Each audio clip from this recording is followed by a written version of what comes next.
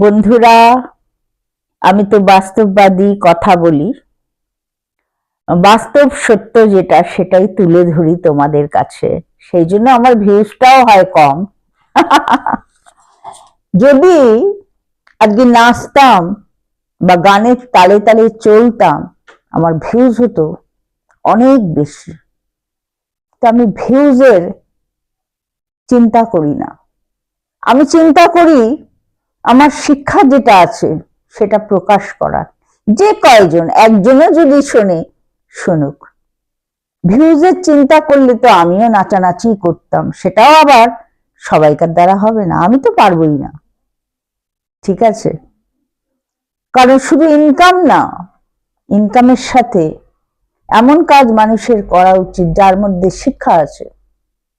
আমি এই শিক্ষাগুলো আছে সেইগুলো প্রকাশ করে সবাইকে বলতে চাই। যার জন্যই আমি বাস্তব সত্য কথাটাই বলি। বলতে তো অনেক কিছুই পারি, কিন্তু করি না। যাই হোক, একজন আমাকে বলছিল যে তুমি তো পারো, গান চালিয়ে একটু হাত পা নাড়ালে অনেক ভিউজ হবে। আমি বললাম, সবাইকার সব ক্যালি থাকে না, কিন্তু আমার সেই ক্যালিটা নেই। তবে আমি তাদেরকেও মন্দ বলছি না, তাদের সেটা তারা পারে তবেই তো করে, সেটাও কোনো খারাপ জিনিস না। গান চালিয়ে যে করছে যারা আমার বন্ধুরা, সেটাকেও আমি খারাপ মনে করি না। তা আমার সেই ক্ষমতাটা আমার মধ্যে নেই, দুটোর মধ্যে এই অন্তর। যাই হোক, কথাটা হচ্ছে আমাদের আজকাল বেশিরভাগ ঘরেই 90%, 90 না 99% মানুষের বাড়িতে অশান্তি। মা বাবা, শ্বশুর শাশুড়ি, স্বামী স্ত্রী। এদিকে মন্দিরে গিয়ে দেখো, শনিবার মঙ্গলবার বিশাল ভিড়। পুরোহিত মশাই ডালা নিয়ে শেষ করতে পারেন না।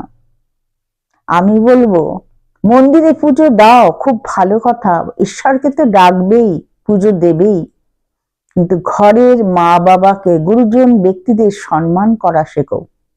দেখবে তোমাদের অর্ধেক অশান্তি দূর হয়ে যাবে। শুধু এতটুকু কথা শোনো, সবসময় বাড়িতে মা আর বাবা যদি অসন্তুষ্ট ভাবে থাকেন, সেই বাড়ি সুখের হয় না। সেই বাড়ি কখনো সুখের হয় না। মায়ের পাশে বসো, তুমি তার সন্তান। বাবার পাশে বসো, বাবার সঙ্গে সঙ্গে চলো, আবার বউয়ের সাথেও থাকো, দরকারে শ্বশুর বাড়িও যাও। কোনোটাই বেশি করতে হবে না, কিন্তু সবাইকে মিলিয়ে চলো।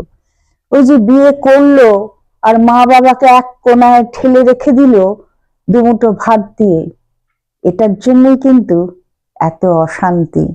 তাদের মধ্যে, তারা মূর্খ হোক আর শিক্ষিত হোক, তাদের অনেক জ্ঞান আমাদের থেকে অনেক বেশি হয়।